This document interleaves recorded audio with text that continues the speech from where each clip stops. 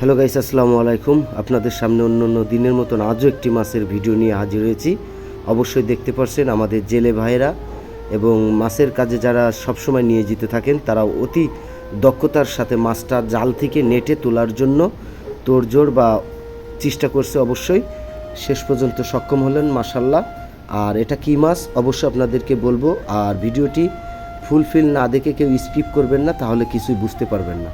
অবশ্যই আজকে যে মাছটা ধরেছে সেই মাছটা আপনাদেরকে দেখাতে যাচ্ছি। এই মাছটা হচ্ছে অরিজিনাল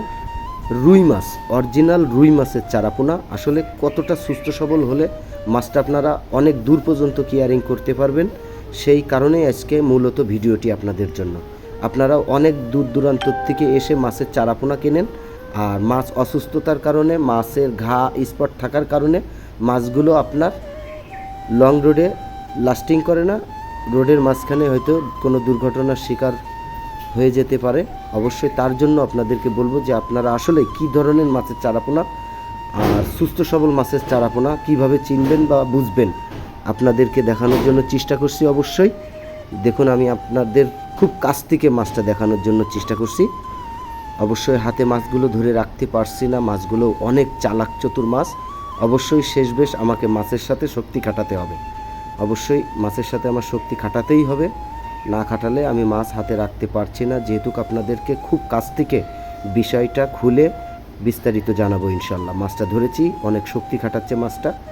এই দেখুন, মাছের মুখ, ঠোঁট, চোখের আশেপাশে বা মাথায় বা লেজে, কানকে, ডাকনা পাকনায় কোনো স্পট আছে কিনা এগুলো হচ্ছে আপনারা সুন্দর করে দেখে নেবেন। মাশাল্লাহ, অসাধারণ সুন্দর মাছের যে চেহারা আপনারা দেখলেই বুঝতে পারছেন যে সুস্থ সবল মাছের একটি চারাপোনা।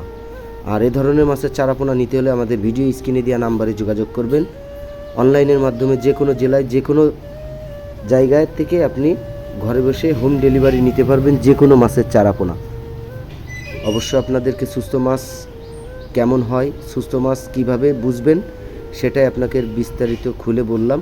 মাশাল্লাহ, মাছ দেখলেই তো অবশ্যই বুঝতে পারবেন। মানুষ যেরকম রোগ ব্যাধিতে ভোগে, মাছেরও তেমনি রোগ ব্যাধি হয়। এগুলো যারা অরিজিনাল মাছ চাষি, মাছ ব্যবসায়ী, তারা এই মাছের ট্রিটমেন্ট সঠিক নিয়মে সঠিকভাবে নিয়ে থাকে। আর যারা সঠিক ব্যবসায়ী না, মাছের সম্বন্ধে কিছু বোঝেই না, তারা ট্রিটমেন্ট নেবে কি বলুন। আসলে মূলত আজকে এই জায়গায় আপনাদেরকে এই কথাগুলোই বলার জন্য মূলত ভিডিওটি। আর সময় সুযোগ হয়ে থাকলে চলে আসুন যশোর চাষরা পার হাউস, বাবলাতলা। আল্লাহ হাফেজ।